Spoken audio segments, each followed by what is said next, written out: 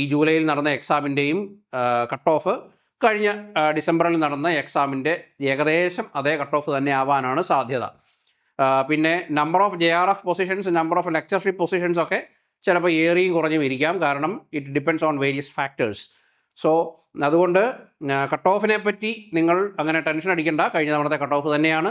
ഇനി കട്ട് ഓഫിൽ താഴെ പോയിട്ടുള്ളവർ പ്രതീക്ഷയറ്റ് ഇനി ഞങ്ങൾ എന്ത് ചെയ്യും എന്നൊന്നും വിചാരിക്കേണ്ട. നിങ്ങൾക്കുള്ള അവസരങ്ങൾ പുറകെ വരുന്നുണ്ട്.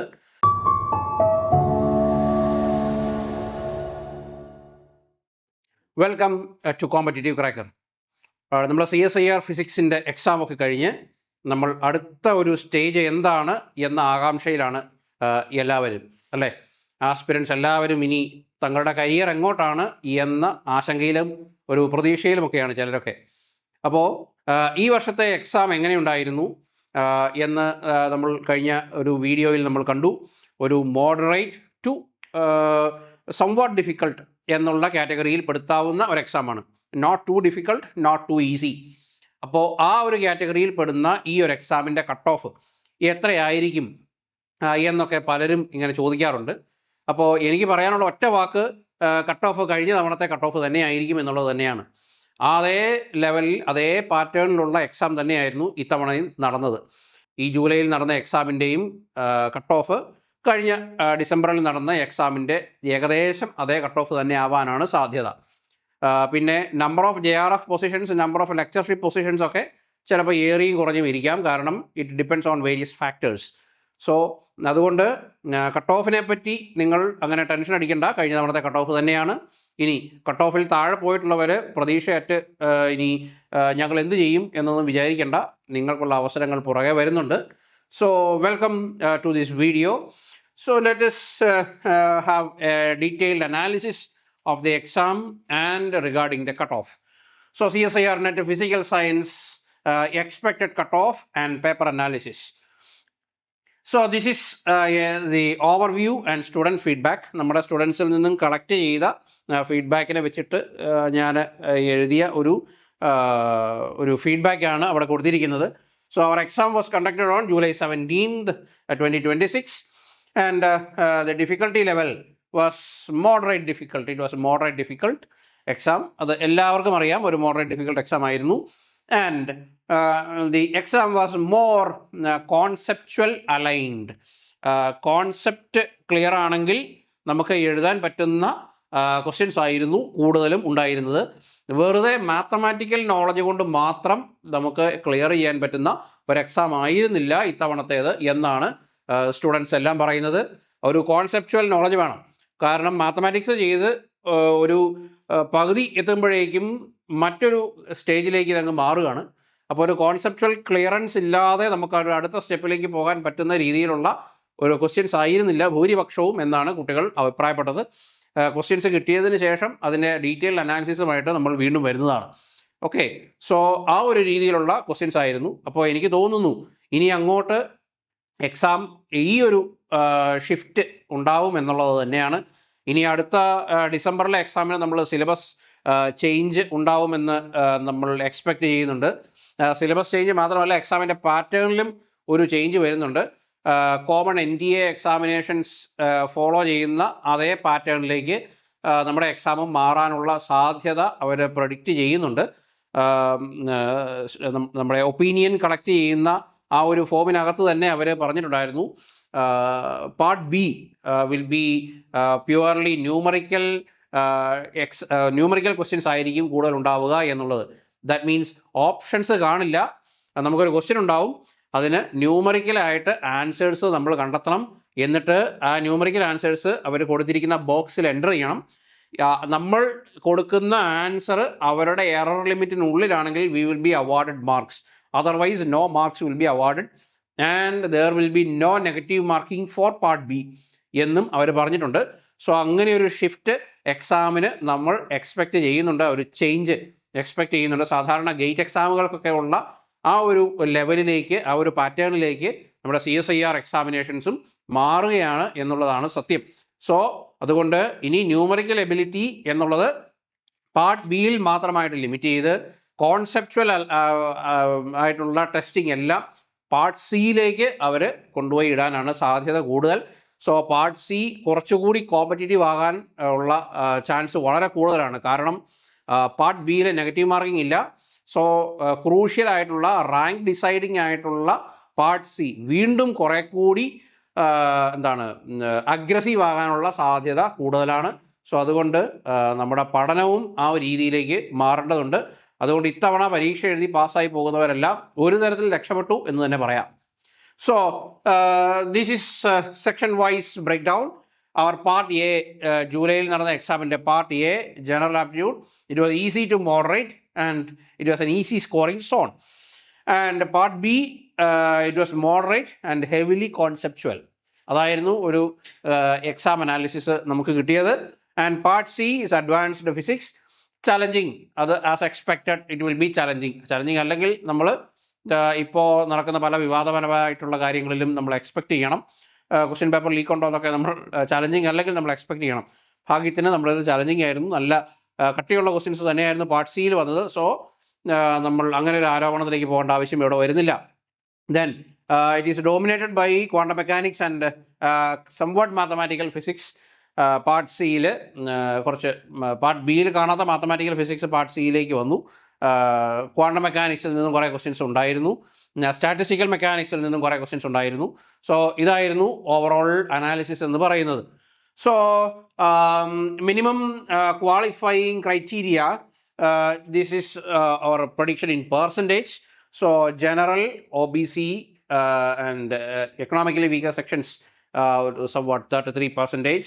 ഒരു minimum qualifying criteria, that means for PhD only, qualifying only എന്ന് പറയുമ്പോൾ ക്വാളിഫയിങ് ആണ് ഞാൻ പറഞ്ഞത്, നോട്ട് ഫോർ JRF. സോ ഒരു 33% മാർക്ക് ഉണ്ടെങ്കിൽ we can expect for admissions for PhD only. Okay. And SC ST PWD 25%. So ഇത് കഴിഞ്ഞ തവണത്തെ കട്ട് ഓഫ് തന്നെയാണ്. So this is our cut off prediction in marks. So for general JRFന് 94 to 97 marks. 94 to 97 marks. This is usually the range of marks for moderate examinations. And for lectureship, it will be 84 to 87 marks in for general category. So this is as expected. Then ഒരു OBC-കാർക്കാണെങ്കിൽ 82 to 85 for JRF and 73 to 76 marks for lectureship. Then economically weaker section 83 to 86 and 74 to 77 respectively for JRF and lectureship. ഞാനിവിടെ PhD only പറയാത്തതിൻ്റെ കാര്യം, PhD only എന്നുള്ളത് എല്ലാ യൂണിവേഴ്സിറ്റീസും അങ്ങ് adopt ചെയ്തിട്ടില്ല. അവർ അവരുടേതായിട്ടുള്ള ഒരു entrance examinations നടത്തുന്നു. അവരുടെ ലിസ്റ്റിൽ നിന്നും പ്രവേശനം കൊടുക്കുന്നത് കൊണ്ടാണ് ഞാൻ ആ PhD only എന്നുള്ള കാറ്റഗറി പ്രത്യേകം എടുത്ത് പറയാത്തത്. സോ ഇവിടെ ഏറ്റവും നമുക്ക് ക്രൂഷ്യലായിട്ടുള്ളതും വാലിഡ് ആയിട്ടുള്ളതുമായിട്ടുള്ള രണ്ട് കാര്യങ്ങളാണ് ഇപ്പോഴും ഉള്ളത്, JRF ആൻഡ് ലെക്ചർഷിപ്പ്. സോ അതുകൊണ്ടാണ് ഞാൻ ഈ രണ്ട് കട്ട് ഓഫിനെ പറ്റി മാത്രം ഇവിടെ സംസാരിക്കുന്നത്. So SC category, SC ST കാറ്റഗറിക്ക് ഒരു 56 to 60 അല്ലെങ്കിൽ 53 to 60 റേഞ്ച് ഒരു കട്ട് ഓഫ് കഴിഞ്ഞ തവണത്തെ പോലെ തന്നെ ഉണ്ടാവാം. And for lectureship it will be 25%, 50 marks, 50 to 54 marks or 50 to 55 marks. ആ ഒരു റേഞ്ച് തന്നെയായിരിക്കും അവരുടെ കട്ട് ഓഫും ഉണ്ടാവുക. Then for physically challenged JRF 50 marks and lectureship 50 marks, ഒരു 50 to 53 and 50. സോ ആ ഒരു റേഞ്ചിലായിരിക്കും അവരുടെ 50 to 53 റേഞ്ച്, അതായിരിക്കും കട്ട് ഓഫ്. കൃത്യം ഇത്ര തന്നെയായിരിക്കും എന്ന് പറയാൻ നമ്മൾ ആൾക്കാരല്ല, പക്ഷേ ആ ഒരു റേഞ്ച് നമ്മൾ പ്രഡിക്റ്റ് ചെയ്യുകയാണ്. അപ്പോൾ അതാണ് കറക്റ്റ് ആവുക എന്നാണ് തോന്നുന്നത്. സോ 100 മാർക്കിന് മുകളിലേക്ക് കട്ട് ഓഫ് പോകാനുള്ള സാധ്യത വളരെ കുറവാണ്. പിന്നെ എന്തെങ്കിലും ഈ പറഞ്ഞ ഒരു ഒരു ഒരു മേജറായിട്ടുള്ളൊരു ഷിഫ്റ്റ് വന്നെങ്കിൽ മാത്രമേ നമുക്ക് കട്ട് ഓഫ് വളരെയധികം കൂടാനായിട്ട് സാധ്യതയുള്ളൂ. പക്ഷെ അതിനുള്ള സാധ്യത വളരെ കുറവാണ്. പക്ഷേ ഇതൊരു നിങ്ങളെ പാനിക്കാക്കാൻ വേണ്ടി പറയുന്നതോ അല്ലെങ്കിൽ നമ്മൾ ആൾ കൂട്ടാൻ വേണ്ടി പറയുന്നതോ പരിപാടിയൊന്നുമല്ല. ഇത് ഏകദേശം കറക്റ്റ് തന്നെയായിട്ട് പോകും. So these are the factors that influence this year's cutoff. So shift in question style. So conceptual focus over heavy mathematics. So ഇതാണ് പറഞ്ഞത്, കൂടുതലും കോൺസെപ്ച്വൽ ഓറിയൻറ്റഡ് ആയിട്ടുള്ള ക്വസ്റ്റ്യൻസ് ആയിരുന്നു വന്നത്, rather than mathematical difficult questions അല്ലേ. Mathematics കൂടുതൽ കുത്തി നിറച്ച ക്വസ്റ്റ്യൻസ് ആയിരുന്നില്ല ഇത്തവണ, കൂടുതലും കോൺസെപ്ച്വൽ ഓറിയൻറ്റഡ് ആയിരുന്നു. That depends on the question setter. ഏത് IIT ആണ്, ഞാനിപ്പോഴും കുട്ടികളോടും പറയുന്നതാണ്, ഏത് IITക്കാണ് അതിൻ്റെ ചാർജ് എന്നുള്ളതിനെ ആശ്രയിച്ചിരിക്കും നമുക്ക് വരുന്ന ക്വസ്റ്റ്യൻസിൻ്റെ ഒരു പാറ്റേണും. സോ കുറച്ച് IITs they are more oriented to theoretical side, so they will be filling more mathematics rather than the conceptual one. Or if the IITs the research is more oriented on experimental side, they will be focusing on more conceptual questions rather than the mathematically oriented questions. So ആ ഒരു shift എപ്പോഴും ഇങ്ങനെ ഒരു switching എല്ലാ സമയത്തും ഉണ്ടാകാനുള്ള സാധ്യതയുണ്ട്. പക്ഷേ നമ്മൾ പ്രിപ്പയർ ചെയ്യുമ്പോൾ ഇത് രണ്ടിനും ഒരുപോലെ പ്രിപ്പയർ ചെയ്ത് പോവുക. പ്രിപ്പയർ ചെയ്യുമ്പോൾ ഇത് നമുക്ക് വലിയ വ്യത്യാസമൊന്നും തോന്നില്ല. കാരണം എന്താണെങ്കിലും നമ്മൾ ഒരേപോലെയാണ് ട്രീറ്റ് ചെയ്യുന്നത്. സോ അതുകൊണ്ട് അങ്ങനെ ഒരു വ്യത്യാസം നമുക്ക് തോന്നാൻ സാധ്യത വളരെ കുറവാണ്. സോ പക്ഷേ എക്സാമിന് വരുമ്പോൾ നമുക്ക് അങ്ങനെ ഒരു സാധ്യത, ഇത് ഇങ്ങനെ ഒരു സ്വിച്ച് ആണല്ലോ ഇതിൽ, അപ്പോൾ കോൺസെപ്ച്വലി ഉള്ള ക്വസ്റ്റ്യൻസ് ആണല്ലോ കൂടുതൽ എന്ന് നമുക്ക് മനസ്സിലാവും. സോ അല്ലെങ്കിൽ മോഡൽ എക്സാമുകളൊക്കെ എഴുതുന്ന സമയത്ത്, സോ പഠിക്കുന്ന സമയത്ത് നമ്മൾ അങ്ങനെ ഒരു വ്യത്യാസമൊന്നും നമ്മൾ കൊടുക്കാറില്ല. എല്ലാ ക്വസ്റ്റ്യൻസിനും തുല്യ പ്രാധാന്യം കൊടുത്ത് തന്നെ വേണം പഠിക്കാൻ. Then attendance rates, normalising back to standard competitive levels. So ഇത് സാധാരണ ഒരു കോമ്പറ്റേറ്റീവ് ലെവൽ എക്സാമിൻ്റെ ഒരു റേറ്റിലേക്ക് തന്നെ ഇതിൻ്റെ കട്ട് ഓഫ് മാറി അതിൻ്റെ അവാർഡിങ് ആയിട്ടുള്ള കാര്യങ്ങളും, അതായത് JRF ആണോ, ലെക്ചർഷിപ്പ് ആണോ, CSIR JRF ആണോ, UGC JRF ആണോ, അത് ഈ CSIR UGC തമ്മിൽ വ്യത്യാസമൊന്നുമില്ല. നമുക്കറിയാം CSIR എഴുതുന്നവർക്ക് കുറച്ച് UGC കുറച്ച് CSIRഉം വരും. സോ അതുകൊണ്ട് അപ്പോൾ അവർ തമ്മിലുള്ള ഒരു ചർച്ചയുടെ അടിസ്ഥാനത്തിലായിരിക്കും എത്ര പെർസെൻറ്റേജ് ഞങ്ങൾ എടുക്കും, എത്ര പെർസെൻറ്റേജ് നിങ്ങൾ കൊടുക്കും, അത് തീരുമാനിക്കുന്നത്. Then seat matrix, study number of fellowships allocated by CSIR or UGC.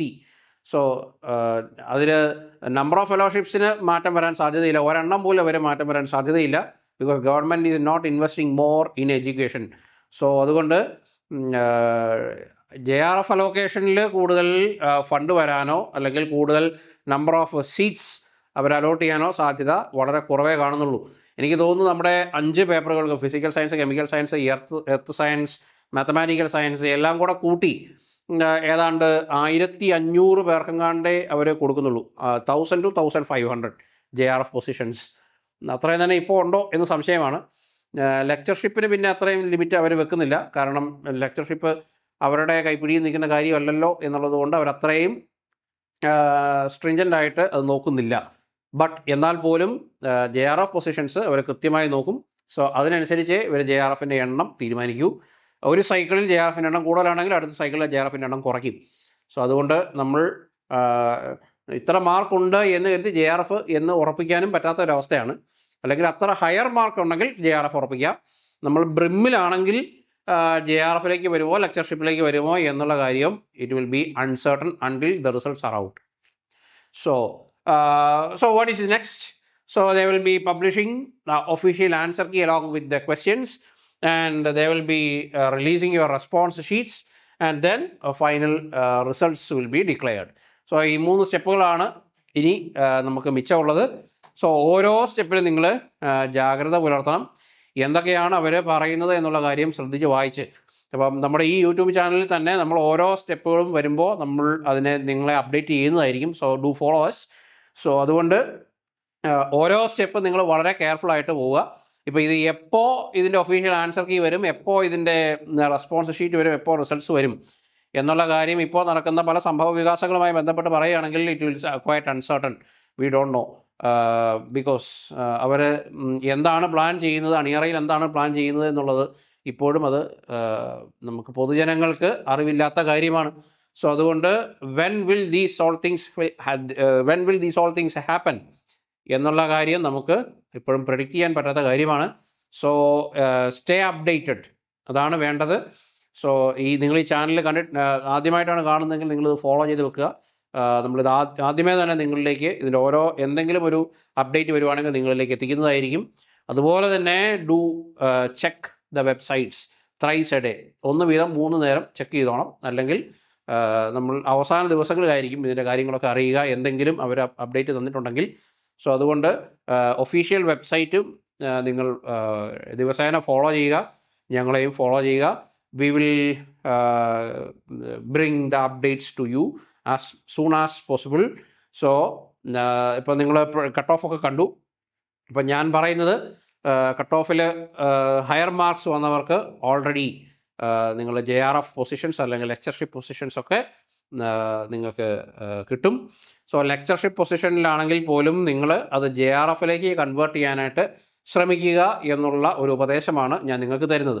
കാരണം ലെക്ചർഷിപ്പ് പൊസിഷൻ കൊണ്ട് നമുക്ക് ഇപ്പോൾ കോളേജിലൊക്കെ പോയി കഴിഞ്ഞാൽ PhD ഉള്ളവരും PDF ഉള്ളവരും വരുന്നത് കൊണ്ട് നമ്മൾക്കൊരു collegiate position, assistant professorship position കിട്ടാനുള്ള സാധ്യത വളരെ കുറവാണ്. അതുകൊണ്ട് നിങ്ങൾ ലെക്ചർഷിപ്പ് JRFിലേക്ക് കൺവേർട്ട് ചെയ്യുക. ലെക്ചർഷിപ്പ് വെച്ചുകൊണ്ട് നമുക്ക് എല്ലാ റിസർച്ച് ഓപ്പർച്യൂണിറ്റീസും നമുക്ക് ഗ്രാബ് ചെയ്യാനും പറ്റില്ല, because of limited fellowships. So ഫെലോഷിപ്പിലേക്ക് നിങ്ങൾ വളരുക എങ്കിൽ മാത്രമേ നമുക്ക് റിസർച്ച് ചെയ്യുന്നത് കൊണ്ട് ഒരു മോണിറ്ററി ബെനിഫിറ്റ് ഉണ്ടാവൂ. സോ അതുകൊണ്ട് ലെക്ചർഷിപ്പിലുള്ളവർ try to convert it into JRF, try to grow it into JRF in the next examination. So അതുപോലെ തന്നെ അഡ്മിഷൻ ഫോർ PhD ഉള്ളിൽ കിട്ടുന്നവരും കട്ട് ഓഫ് മാർക്കിലേക്ക് എത്താൻ സാധിക്കാത്തവരും നിങ്ങൾ ഡിസംബറിലെ എക്സാമിന് കൂടി നിങ്ങൾ ഒന്ന് അധ്വാനിക്കുക. എനിക്ക് തോന്നുന്നു കുറേ കുട്ടികളൊക്കെ എന്നെ വിളിച്ചപ്പോൾ പറഞ്ഞിട്ടുണ്ട്, അതായത് നമുക്ക് ഫ്രഷേഴ്സായിട്ട് വന്ന കുട്ടികൾ, MSc പഠിച്ചുകൊണ്ടിരിക്കുന്ന സമയത്ത് വന്ന കുട്ടികൾ പറയുന്നുണ്ട് അവർക്ക് കുറേയൊക്കെ പ്രോബ്ലംസ് ചെയ്യാൻ പറ്റുന്നുണ്ട്, ക്വസ്റ്റ്യൻസൊക്കെ അവർക്ക് മനസ്സിലാക്കാനും പ്രോബ്ലംസ് നന്നായിട്ട് ചെയ്യാനും പറ്റുന്നുണ്ട്. But they are afraid that they may not be following in to the cut off range. So അങ്ങനെയുള്ളവരെ സംബന്ധിച്ച് കഴിഞ്ഞ തവണ ആദ്യമായിട്ട് എഴുതുന്ന ആൾക്കാരെ സംബന്ധിച്ച് ഒറ്റത്തവണ എഴുതി നിർത്താൻ പറ്റുന്ന ഒരു എക്സാം അല്ല ഇത്. നമ്മൾ സാധാരണ എഴുതുന്ന ഒരു PSC എക്സാം പോലെയുള്ള ഒരു എക്സാം അല്ല. സോ അതുകൊണ്ടാണ് വർഷത്തിൽ ഇത് 2 തവണ കണ്ടക്ട് ചെയ്യപ്പെടുന്നത്. സോ അതുകൊണ്ട് നിങ്ങൾ ചെയ്യേണ്ട ഒരു കാര്യം, നിങ്ങൾ അടുത്ത തവണ നിങ്ങൾ എക്സാം എഴുതാൻ കോമ്പറ്റേറ്റീവ് ക്രാക്കറിലേക്ക് വരിക. സോ കോമ്പറ്റേറ്റീവ് ക്രാക്കർ നിങ്ങൾക്ക് വേണ്ടി പുതിയ JRF ബാച്ച് ആരംഭിച്ചിരിക്കുന്നു. സോ ഞങ്ങളുടെ 180 ഡേ ലോങ് ബാച്ച്, അതിലേക്കുള്ള അഡ്മിഷൻസ് ഇപ്പോൾ നടന്നുകൊണ്ടിരിക്കുകയാണ്. So very soon we will be starting our live classes. നിങ്ങൾക്ക് ഓൾറെഡി ടൈം ടേബിളൊക്കെ വെച്ച് നിങ്ങൾക്ക് പഠനം ആരംഭിച്ചു കഴിഞ്ഞു നമ്മൾ. സോ അതുകൊണ്ട് തന്നെ നിങ്ങൾ ഒട്ടും വൈകാതെ തന്നെ നിങ്ങൾ ഞങ്ങളോടൊപ്പം ജോയിൻ ചെയ്യുക, നിങ്ങളുടെ റിസൾട്ട് മെച്ചപ്പെടുത്തുക. സോ നിങ്ങളുടെ ആദ്യമായിട്ട് എഴുതാൻ പോകുന്ന കുട്ടികളോടും പറയുക, സോ വി ആർ റെഡി എന്നുള്ള കാര്യം പറയുക. അതുപോലെ തന്നെ നിങ്ങൾ റിസൾട്ടിലേക്ക് വരുന്നില്ല എന്ന് പേടിച്ചിരിക്കുന്ന ആൾക്കാരുണ്ടെങ്കിൽ competitive cracker will be the best choice that you can do, so that you can ever do. So അതുകൊണ്ട് നിങ്ങൾ കോമ്പറ്റേറ്റീവ് ക്രാക്കറിനെ തന്നെ ചൂസ് ചെയ്യുക. നമ്മൾ ക്ലാസ് തുടങ്ങിക്കഴിഞ്ഞാൽ നമുക്ക് പിന്നെ തിരിഞ്ഞുനോട്ടമില്ല. ഒരു കുട്ടി നമ്മളോട് പറഞ്ഞതുപോലെ തന്നെ ഒരു ദിവസം പോലും എക്സാമിൽ നിന്ന് ഔട്ട് ഓഫ് ഫോക്കസ് ആകുന്ന രീതിയിൽ നിങ്ങളെ ഞങ്ങൾ കൊണ്ടുപോകുന്നില്ല. സോ എല്ലാ ദിവസവും തന്നെ നിങ്ങൾക്ക് ഒരു 2 മണിക്കൂർ 2.5 മണിക്കൂർ ലൈവ് ക്ലാസ് വരുന്നുണ്ട്. അപ്പോൾ അതിൽ നമ്മൾ പ്രോബ്ലംസ് മാത്രം ഡിസ്കസ് ചെയ്യും. പിന്നെ എല്ലാ ബുധനാഴ്ചകളിലും ശനിയാഴ്ചകളിലും നിങ്ങൾക്ക് എക്സാമിനേഷൻസ് ഉണ്ട്. സോ അപ്പോൾ ഓരോ ടോപ്പിക്ക് തന്നിട്ട് നിങ്ങൾക്ക് ടൈം ടേബിൾ നേരത്തെ തന്നിരിക്കും. ആ ടൈം ടേബിൾ വെച്ചിട്ടുള്ള എക്സാമിനേഷൻസ് അതും ഉണ്ടാവും. സോ ബുധനും ശനിയും I don't think any institute providing 2 examinations per week. Questions prepare ചെയ്യുക എന്നുള്ളത് അത്ര സിമ്പിളായിട്ടുള്ള കാര്യമൊന്നുമല്ല. ഓരോ തവണയും ക്വസ്റ്റ്യൻസ് അപ്ഡേറ്റ് ചെയ്യണം, ഓരോ തവണയും ക്വസ്റ്റ്യൻസിൻ്റെ പാറ്റേണും മാറ്റണം, തൊട്ട് മുമ്പ് നടന്ന എക്സാമിനേഷൻസിൻ്റെ പാറ്റേൺ അനുസരിച്ച് ക്വസ്റ്റ്യനും മാറ്റണം. സോ അതുകൊണ്ട് തന്നെ 2 തവണ എക്സാം നടത്തുക എന്നുള്ളത് അതത്ര ഈസി ആയിട്ടുള്ള ഒരു ഇടപാടല്ല. സോ അതുകൊണ്ട് എന്നാൽ പോലും ഞങ്ങൾ അത് ചെയ്യുന്നു, because we value our students. So 2 തവണ എക്സാം നിങ്ങൾക്ക് എല്ലാ ആഴ്ചയുമുണ്ട്. പിന്നെ മന്ത് എൻഡിൽ നിങ്ങൾക്കൊരു റിവിഷൻ എക്സാം, ആ മാസം നടന്ന എല്ലാ ടോപ്പിക്കുകളെയും കൂട്ടി ഒരു റിവിഷൻ എക്സാമും ഞങ്ങൾ നടത്തുന്നുണ്ട്. പിന്നെ ഓരോ യൂണിറ്റ് തീരുമ്പോഴും ക്യൂമുലേറ്റീവ് എക്സാം. ഇപ്പോൾ ഫസ്റ്റ് ക്ലാസിക്കൽ മെക്കാനിക്സ് നിങ്ങൾ തീർന്നു. ക്ലാസിക്കൽ മെക്കാനിക്സ് തീർന്നു കഴിയുമ്പോൾ ക്ലാസിക്കൽ മെക്കാനിക്സിൻ്റെ ഒരു ഫുൾ ടെസ്റ്റ് ഉണ്ടാവും. ദെൻ മാത്തമാറ്റിക്കൽ ഫിസിക്സും ക്ലാസിക്കൽ മെക്കാനിക്സും തീർന്നു കഴിഞ്ഞാൽ ഇത് രണ്ടിനെയും കൂടെ കൂട്ടി ഒരു എക്സാം ഉണ്ടാവും. So we will be forcing you to revise. So revise ചെയ്യുക എന്നുള്ളതാണ് ഇതിനകത്തെ ക്രൂഷ്യൽ ആയിട്ടുള്ള ഫാക്ടർ. സോ അതുകൊണ്ട് ഞങ്ങൾ നിങ്ങളെ റിവൈസ് ചെയ്യാൻ എപ്പോഴും നിർബന്ധിച്ചുകൊണ്ടിരിക്കും. സോ അങ്ങനെയാണ് ഞങ്ങളുടെ ഒരു രീതി. പിന്നെ അവസാനം നിങ്ങൾ മോഡൽ എക്സാമുകൾ എഴുതി നിങ്ങൾ എക്സാമിന് പോകും. സോ ആ ഒരു രീതിയാണ് ഞങ്ങൾ അഡോപ്റ്റ് ചെയ്യുന്നത്. So I think that is very effective if you follow us. So അതുകൊണ്ട് നിങ്ങളെല്ലാവരെയും ഞങ്ങളുടെ ലോങ് ബാച്ചിലേക്ക് ഞാൻ ഇൻവൈറ്റ് ചെയ്യുന്നു.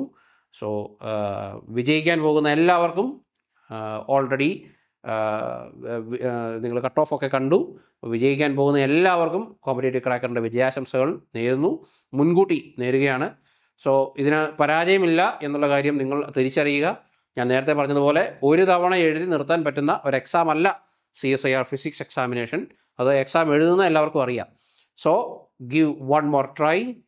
അത് നിങ്ങൾ നന്നായിട്ട് അധ്വാനിച്ച് ഇതിനപ്പുറം എനിക്ക് ചെയ്യാനില്ല എന്ന ആത്മവിശ്വാസത്തോടെ നിങ്ങൾ കഠിനാധ്വാനം ചെയ്യുക. Then the JRF position will be yours. So we will see you with another video. Thank you.